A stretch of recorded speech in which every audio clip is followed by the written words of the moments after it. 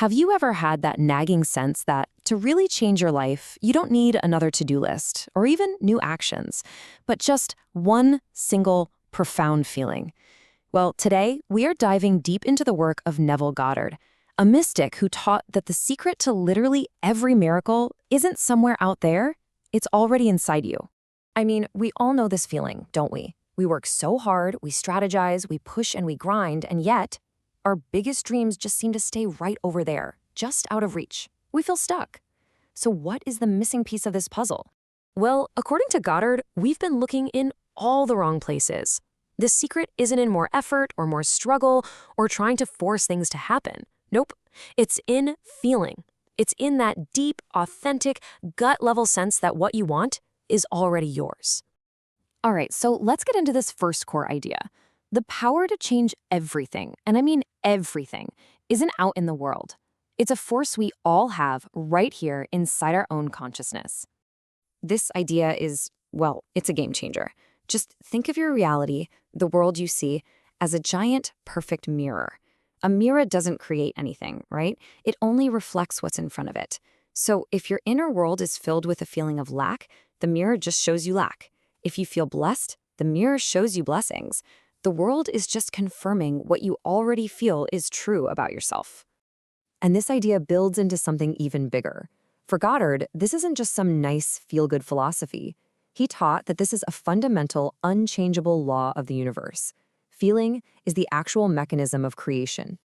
And this chart just perfectly shows the huge shift we have to make. Most of us are taught to live in that old world column, always wanting something, hoping for it, struggling to get it.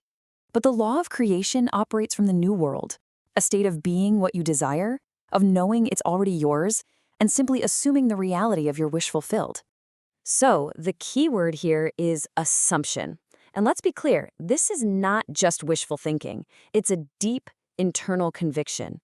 It's the act of consciously choosing a feeling and then living from that feeling, even when the world outside hasn't caught up yet. This ancient piece of wisdom gets right to the point.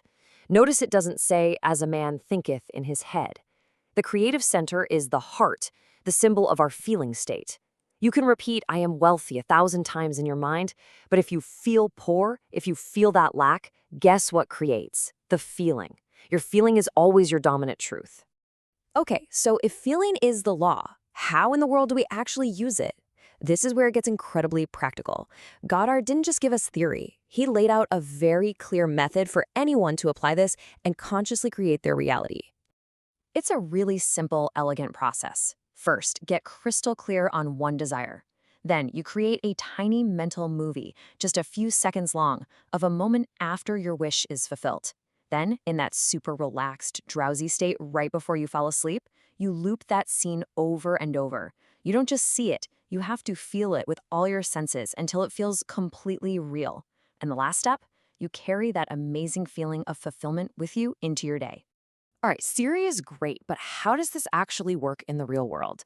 Let's look at a story. A woman came to Neville, totally desperate to get back together with her husband after a divorce. She tried everything you can think of, calling, writing, pleading, and absolutely nothing worked. So Neville told her to stop all of that outward action and just change her inner feeling.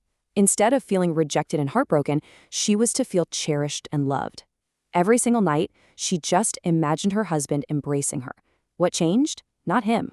Her feeling changed, and within a month, the entire external world just rearranged itself to match her new inner state. Here's another really powerful example. There was a man who felt completely trapped and undervalued in his career. He dreamed of a better job, but felt absolutely stuck. So he followed the method. He created a short, simple scene that implied success, a firm handshake and hearing the words, "You're hired." Every night, he lived in that feeling of pride and accomplishment. He totally shifted from being the man who waits for a job to the man who has the job. And just weeks later, a company he hadn't even applied to offered him his dream role for twice the pay. Okay, so this sounds incredibly powerful, but let's be real. It's not always easy. What happens when the outside world is screaming the total opposite of what you're trying to feel? Let's tackle some of those common challenges. And this is the big one, isn't it? You're trying to feel successful, but the bills are piling up. You're trying to feel loved, but you feel so lonely. Fear and doubt, they are real. So what do you do with them? Neville's advice here is absolutely crucial. Don't fight these feelings. They're just messengers telling you what you're currently imagining. So acknowledge the fear, maybe even thank it for the heads up, and then gently redirect your imagination back to the scene of your wish fulfilled. The key here is persistence. You don't have to be perfect at this. You just have to return to the new feeling more often than you stay in the old one. And you have to remember this, the physical world has a built-in delay. What you see around you right now, it's just the result of your past feelings. It's like a shadow. When you change your inner state, it takes a little while for that shadow to catch up. Your job isn't to stare at the old shadow, it's to stay faithful to the new reality you've created inside. So, what's the ultimate takeaway from all this? It's a radical, massive shift in how we see ourselves and our place in the universe. It's really about reclaiming our own creative power. The core message here is one of profound empowerment. You are not a pawn being pushed around by a world of random events. You are the one and only creative power in your reality, and your tool of creation is your feeling. You are the one who chooses. This quote just captures the whole thing perfectly.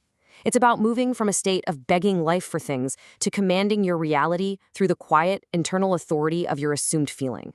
It's not about force or struggle, but about the silent, invisible power you hold within. And so that leaves us with one final, very personal question. Forget about tomorrow. Forget about the past. Based on the life you truly want to live, what reality, what state of being, what feeling are you going to choose to embody right here, right now? Because the choice is always yours.